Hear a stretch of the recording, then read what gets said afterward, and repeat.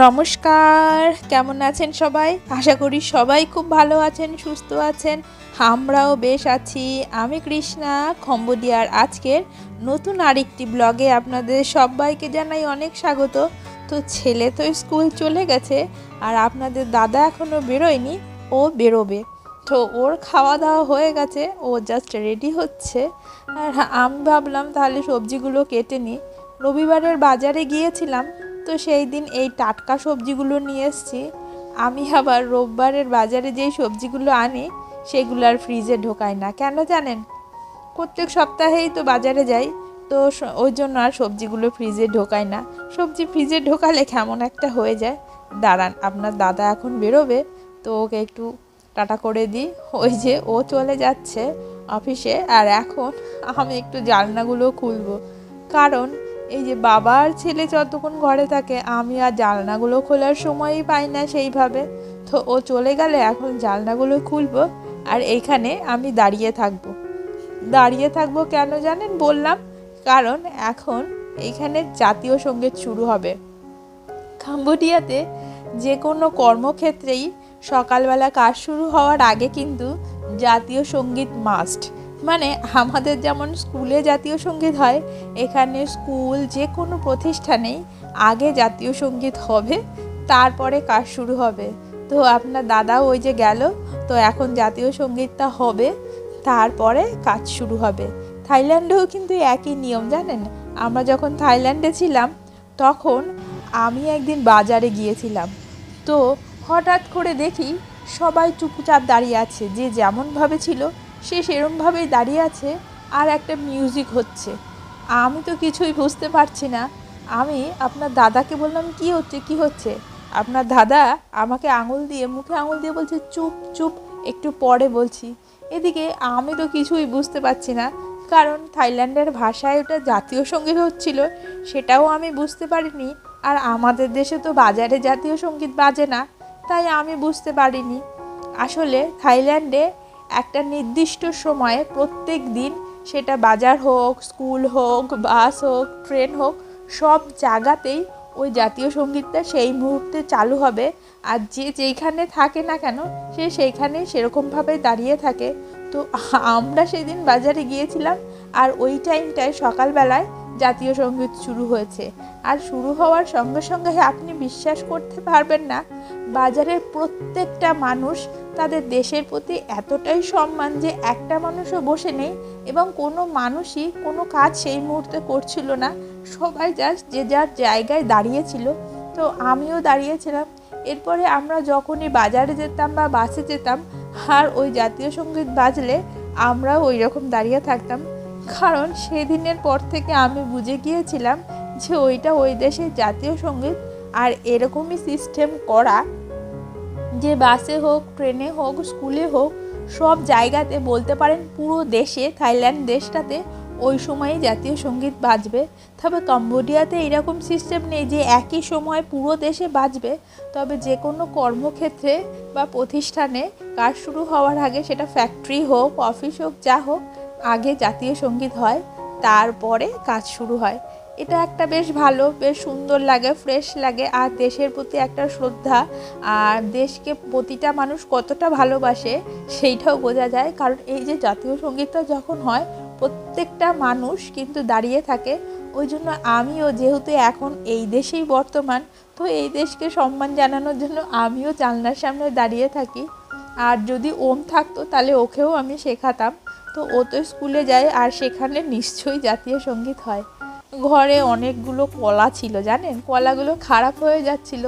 আর যখন দেশে থাকতাম মাকে দেখতাম কলা খারাপ হলেই এইভাবে একটু চালের গুঁড়ো, একটু ময়দা, একটু চিনি, সব কিছু দিয়ে একটা বড়ার মতো বানিয়ে নিত। অনেকটা তালের বড়ার মতো খেতে, তবে তালের গন্ধ আসে না, ওই বড়ার মতনই লাগে।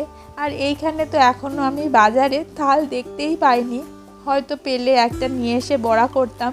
তো তালের বড়া যখন হয়নি, কলার বড়া দিয়েই কাজ চালাবো। আগে বড়াটা করে রাখলাম, রেডি করে রাখলাম, মানে বড়ার যে পুরটা বলতে পারে, ওইটা আমি রেডি করে রেখেছি। তবে এখন বানাবো না, কারণ এখন যদি বড়া ভাজতে বসি তাহলে আবার আপনাদের দাদার দুপুরের খাবারে দেরি হয়ে যাবে। তাই ওর আগে লাঞ্চটা রেডি করব, তারপরে আমি যদি সময় পাই তখন দুটো বড়া ভেজে রাখবো, কোন এসে খেতে পারবে, আর না হলে বিকেলে খাবে। তো ওই যে ঝিঙেগুলো কাটলাম তখন সকালবেলাতে, তো সেইগুলোই এখন ভাজাভাজি হবে। আমি ঝিঙেতে জাস্ট একটু পেঁয়াজ আর ওই কালো জিরে ফোড়ন দিয়ে ভাজলেই আমার ভালো লাগে খেতে। আর ওমও এরকমভাবেই খায়। আর পোস্ত আমি দিই না, আর পোস্ত আমার দেশ থেকে আনাও হয়নি, আর এখানে তো পোস্ত পাওয়াও যায় না। তো এইরকম শুধু ভেজেই খাবো। আর এইটা ভাজা হয়ে গেলে তারপরে একটুখানি ধনেপাতা দিয়ে নামিয়ে দেবো। আর এই ঝিঙে রান্না তো ভীষণই আমার কাছে সহজ লাগে। জাস্ট কেটে একটুখানি নুন হলুদ দিয়ে ঢেকে রাখলেই ও নিজের মতো জল বেরিয়ে সেদ্ধ হয়ে রান্না হয়ে যায়। এইটা একটা সুবিধে, এটা বসিয়ে আমি অন্যান্য কাজও করতে পারি। আর এখানে জবে থেকে এসছি এই বিলেতি ধনেপাতা দিয়েই কাজ চালাচ্ছি। এমনি ধনেপাতা বাজারে দেখতেই পাই না, শুধু যখনই দেখি বিলেতি ধনেপাতা, তো ওইটা দিয়েই খাচ্ছি। কিন্তু বিলেতি ধনেপাতা গন্ধ হলেও আমার তো সেই রকম একটা ভালো লাগে না। এইবার রান্না করব চিংড়ি মাছ। জানেন, এইখানে জবের থেকে এসছি, আমাদের কিন্তু বেশ চিংড়ি মাছটা খাওয়া হচ্ছে। বাজারে পাওয়াও যায় বেশ, আর খেতেও বেশ ভালোই লাগে। ওই জন্য চিংড়ি মাছটা আনি, বেশ ফ্রেশও থাকে।